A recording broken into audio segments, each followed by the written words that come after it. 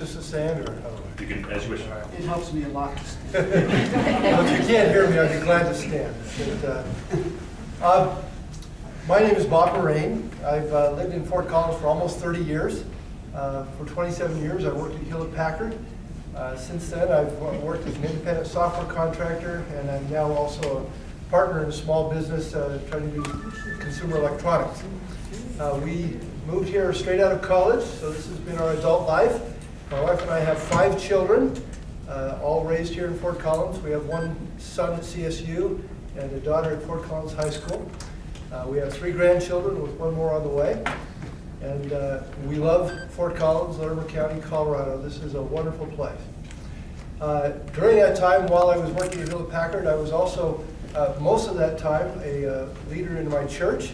I have spent a great deal of time counseling individuals who have been struggling with poverty and many other economic issues.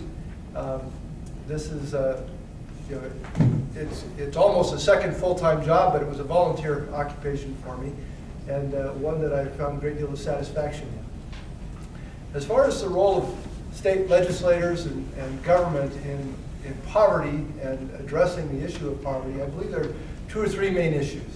First and foremost is to put forth an environment where the economy can thrive, where businesses can be productive and employ people and make lives better. When there's a free economy, the innovation and the ambition of individuals is unfettered, and wealth is created. We strive so often to figure out how to redistribute wealth, when probably the greater answer is to create wealth, so there's more for everyone. And to me, that's the miracle of America. It's why people in poverty across the world for generations have flocked to this land, so they could start out poor here and end up like an average American. And it's a wonderful thing. An average American here is like a king anywhere else. And I believe that's the miracle of America, and that's the role of our government, is to make sure that that never fails.